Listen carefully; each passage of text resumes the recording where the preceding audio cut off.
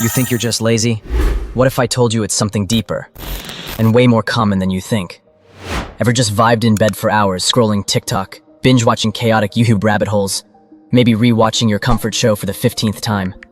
Or just lying there, literally staring at the ceiling like it owes you an explanation? Then you ask yourself, why can't I do anything? Am I just lazy? Broken? Or is something actually wrong with me? Spoiler alert, it's probably burnout. And no, you're not alone in this spiral. Burnout isn't just, I need a nap. It's the kind of soul-level exhaustion that makes even existing feel like a full-time job.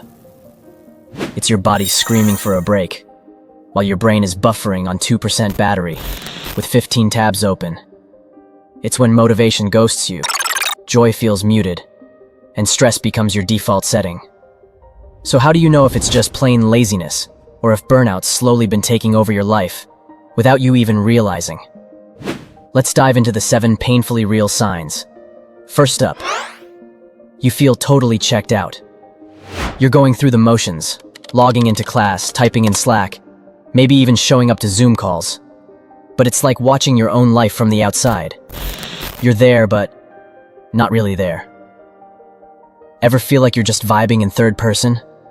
That's called depersonalization. It's one of the clearest symptoms of burnout. You feel numb, disconnected, like nothing around you is real or matters. And the worst part?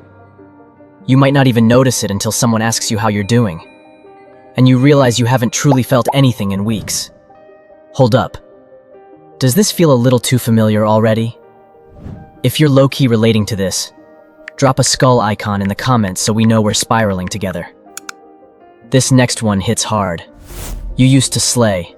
Now, you can't even. You were once the go-getter, the spreadsheet god, the creative genius, the friend with 5 planners and a color-coded Google Calendar. And now? Replying to a YYD text feels like climbing Everest. You cancel plans you were excited for. You ghost people, not because you want to, but because replying takes too much.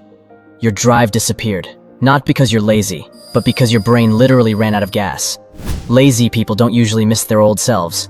Burnt out people, they mourn who they used to be. Let's be real. Your passion? It's officially canceled. Remember when you loved making art, writing fanfics, gaming, dancing, or just doing random little things that made you smile? Now, even thinking about them feels exhausting. Worse, you might even dread them. You avoid the things you once loved because they now remind you of how different you feel. That's not laziness, that's burnout, robbing you of your spark. Passion burnout is real. You don't hate what you loved, you're just too drained to connect to it anymore. The mood swings. You're moody, snappy, and kinda ragey. The tiniest thing sets you off. Your coffee machine makes a weird noise, and suddenly you're ready to throw hands. Your friend sends a K instead of okay, and now you're spiraling. Burnout wrecks your emotional regulation.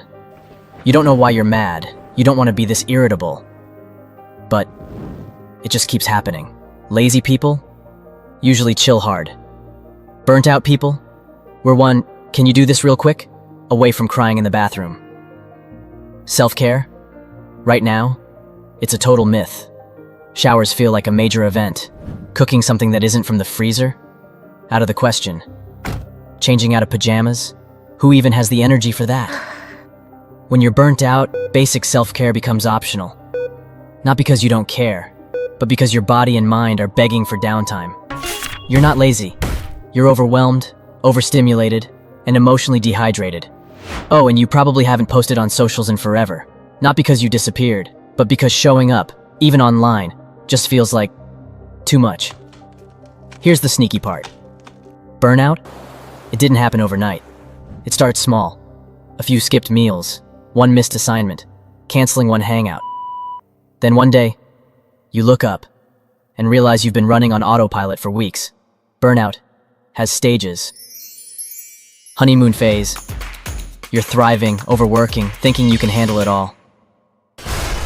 Onset of stress. Deadlines piling up, sleep starts slipping, small tasks feel heavier.